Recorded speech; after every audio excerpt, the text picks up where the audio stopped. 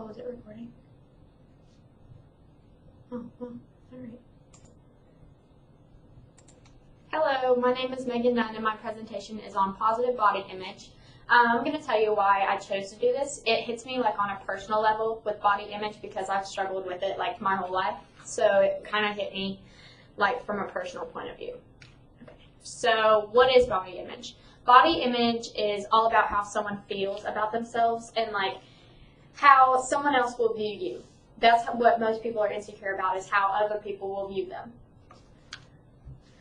Society plays a big role in body image because social media can influence this so much because, you know, there's photoshopping of people and like what you should look like. And in today's world, teenagers are more judged on how they dress and how they look other than their morals and like their personality. Society has its own definition of beautiful more than what it should actually be. Being beautiful should be just who you are as a person, not how you look on the outside, but who you are like on the inside.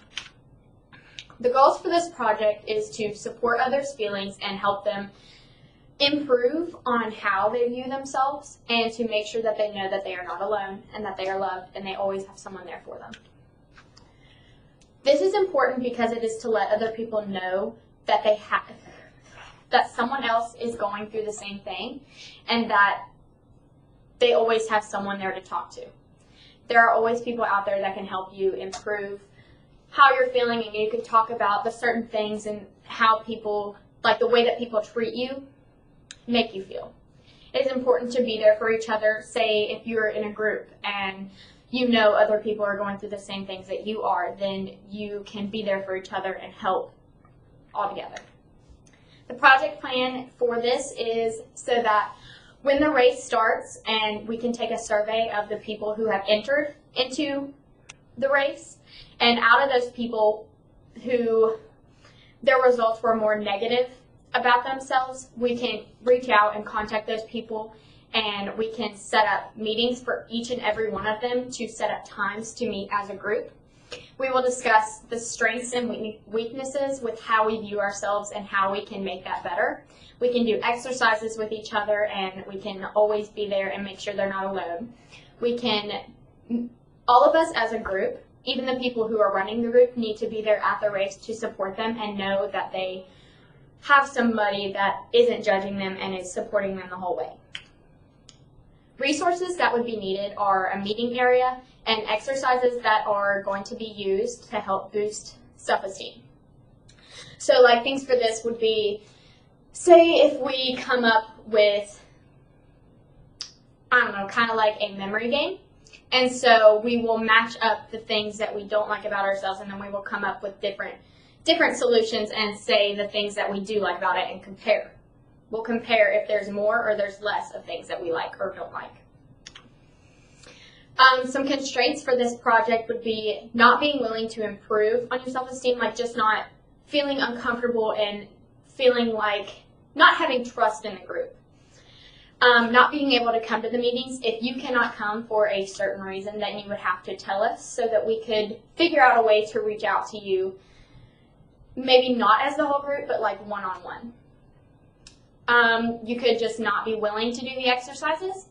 Say if you just aren't into it and you feel like this is a waste of time, and if you just simply just aren't interested in improving it, then you're more than welcome not to. But we gave you the option to let us be there for you and try to help you improve it.